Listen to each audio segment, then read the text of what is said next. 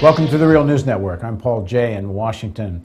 Salim Shahzad, a Pakistani journalist murdered, whose body was found on May 31st in a canal outside of Islamabad.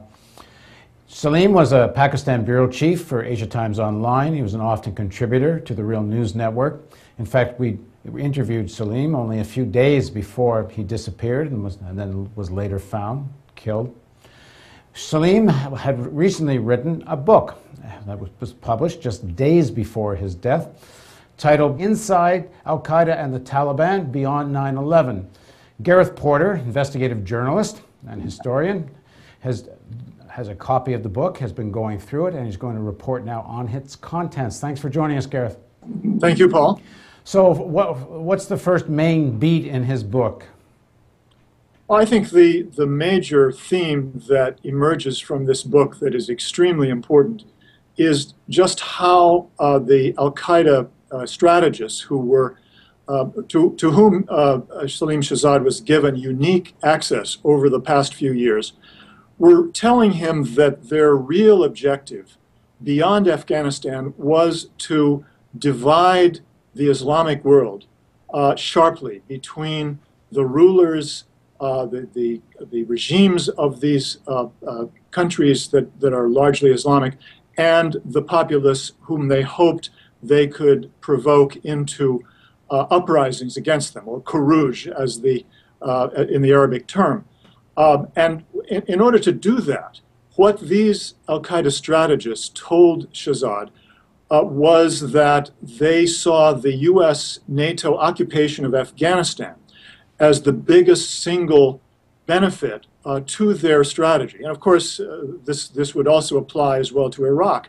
But the strategists of Al-Qaeda were located there in Pakistan and were involved directly in the war in Afghanistan. And so that's what they were focusing on in terms of their view of what would benefit their bigger global strategy. And so they viewed the U.S. NATO occupation as good for Al-Qaeda, and they wanted to continue. And that, I think, is really a major story that has not been covered at all by the world's press.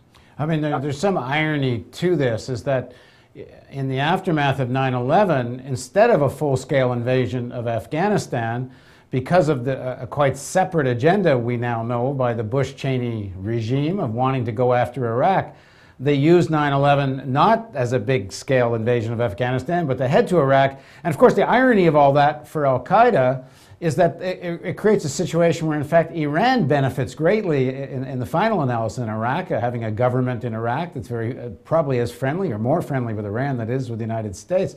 But then the double irony is, after all of that, the U.S. does do a full-scale invasion of Afghanistan. So in the end, Al-Qaeda kind of gets what apparently it wanted.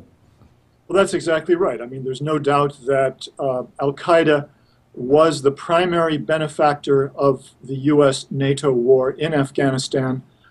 They were able to use that to show the populations around the world, the Islamic populations around the world, that in fact not only was the United States on the wrong side of history and against Islam because they were occupying Islamic lands, but that Al-Qaeda in fact was the primary force helping the resistance to fight the United States and NATO in Afghanistan, and of course as well in Iraq.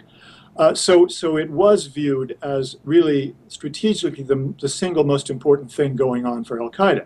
And what also emerges, very interestingly, in Shahzad's book is that Al-Qaeda strategists, the single biggest thing that they worried about was that there would be some kind of a peace deal that would allow the United States to withdraw its forces from Afghanistan. That's the one thing that Al-Qaeda, more than anything else, wanted to avoid. So when Saudi Arabia in 2007 had a meeting to which they invited a representative of Mullah Omar's leadership, as well as some former officials of the Taliban, and some people from the Karzai regime, the Al-Qaeda strategists were absolutely apoplectic. They regarded this as a very serious and dangerous American plot, which they had to respond to. And that was, according to Shahzad's account, why the al-Qaeda strategists then launched this offensive by the Taliban, the Pakistani Taliban, into Swat, which of course caused a huge panic in Washington, D.C. Swat being on the border, Pakistan-Afghan border.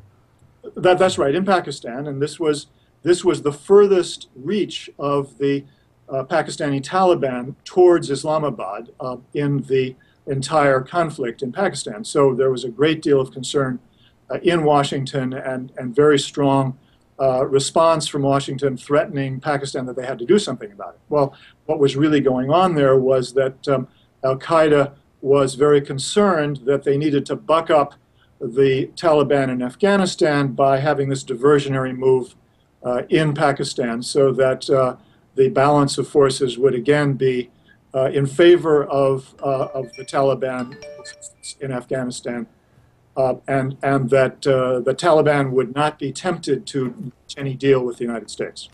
When I talked to Salim about just what is al-Qaeda now, he estimated that there's probably only about 100 members of al-Qaeda, but the point he made that is it represents sort of almost like an intelligentsia in some ways. They're strategists. Some of the senior members of the Taliban, he said, are also members of al-Qaeda. So it's not that they represent some large fighting force, as he described to me. It represents more that it's a way to influence other fighting forces. Is that the picture you get in the book? Very clearly, that's right.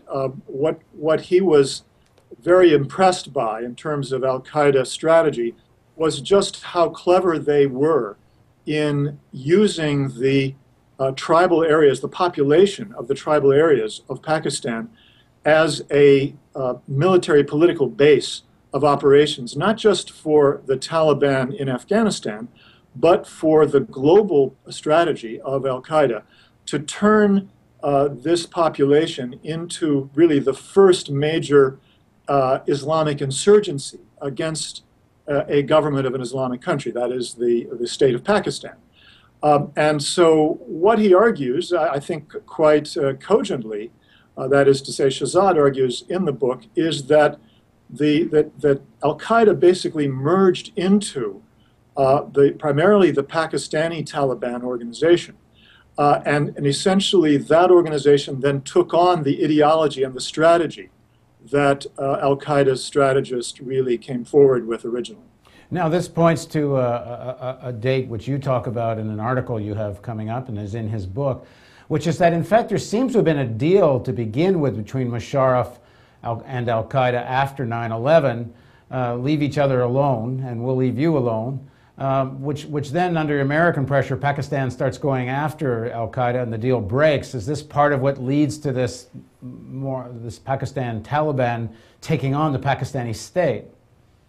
Definitely. The way Shahzad tells this story, both sides, both the ISI and the Pakistani military under Musharraf, as well as al-Qaeda, were ready to continue to have a live and let live policy because both of them had interests that overlapped, particularly on Lashkar-e-Taiba, the terrorist organization that was operating in Kashmir.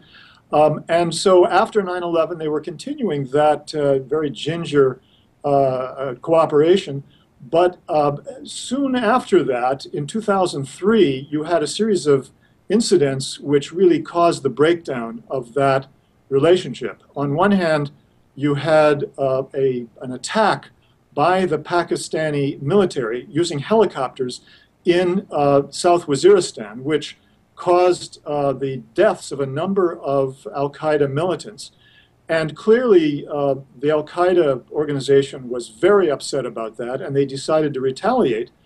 And the way Shahzad tells this story, the two attempts on Musharraf's life in December 2003 were clearly a follow-up, a retaliation to the Pakistani military attack through helicopters against al-Qaeda. And of course, at that point, then Musharraf decided to crack down on al-Qaeda, and I think both sides then went into a a kind of a cycle of revenge, one side taking revenge against the other, and I think it has never recovered from that. I guess Salim's main point, from what I take from what you're saying, is that U.S. policy, in your article you quote the book, they relied on American cowboyness, or you could rely on the U.S. to come in swinging, and they essentially wanted that. So we would take from that, the longer the U.S. and the more the U.S. is in Afghanistan, the better al-Qaeda likes it. Well, that's right. And by the way, one of the key points that Shahzad makes in his book is that the fundamental strategy of al-Qaeda to use the aggressiveness of the United States against it was really something that came from Dr. Ayman Zawahiri, not from Osama bin Laden. It turns out, according to Shahzad, and he has, as again I've said, he has unique access to al-Qaeda strategists over the years, and I think this is really an authoritative view. It was Zawahiri who convinced bin Laden that if he attacked the United States on its own home soil, the United States would respond with an attack on Afghanistan, and then there would be a whole new situation which al-Qaeda could exploit for its own advantage. And so it was really Zawahiri who was the strategic genius, if you will, who was able to take advantage of this analysis to benefit al-Qaeda's global strategy. Now, the articles that Salim was writing before he was killed was more specifically about support for the Taliban and al-Qaeda within the Pakistan military. He was writing about the attack on the Pakistani naval base, talking about that there may have been an actual al-Qaeda cell within the Navy. And then in our interview, he talked quite a bit about how retired and formerly purged members of the Pakistan intelligence agencies and military had actually joined up with either the Taliban or al-Qaeda. What do you know about this piece of it?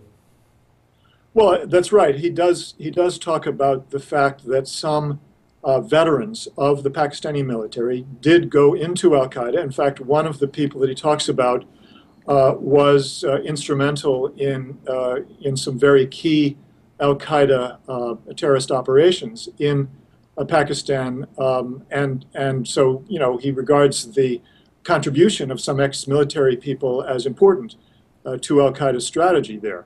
But he doesn't really talk in his book about anything about infiltrating specific parts of the Pakistani military by al-Qaeda. That's something that he did not talk about. In the interview he did with the Real News, he says that this new pressure since the capturing of bin Laden, capture and killing of bin Laden, that this increased U.S. pressure on the Pakistan intelligence and military to cooperate has further split the Pakistani armed forces. He actually used the word in our interview of possible mutinies within the Pakistan military because there's such discontent and anger over the extent to which Pakistan is collaborating with the U.S.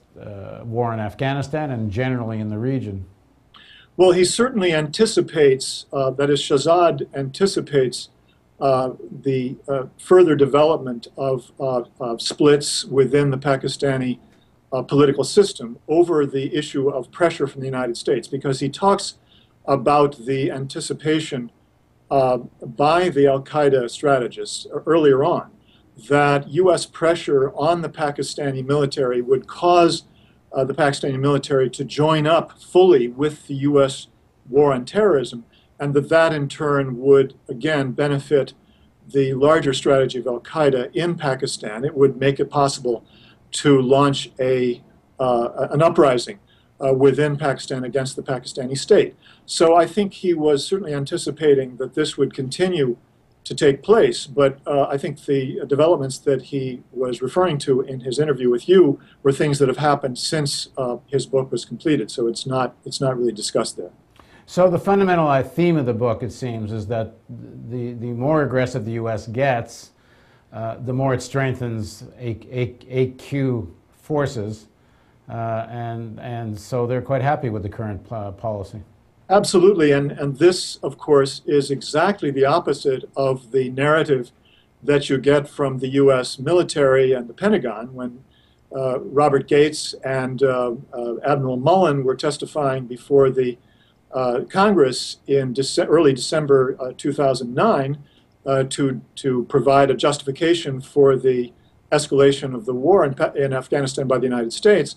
I mean, they took the line, of course, that the worst thing that could happen was for the United States to withdraw from Afghanistan, because then the Taliban and Al-Qaeda would have won against the world's only remaining superpower, and that would have had terrible consequences for the United States and the world. Of course, this represented a complete misunderstanding of Al-Qaeda, of the Al-Qaeda global as well as local strategy.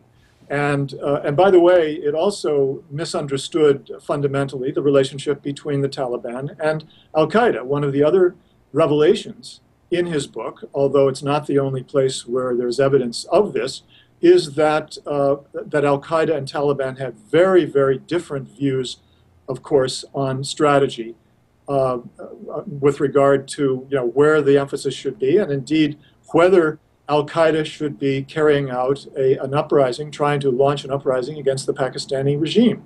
Taliban, Mullah Omar was very strongly opposed to that.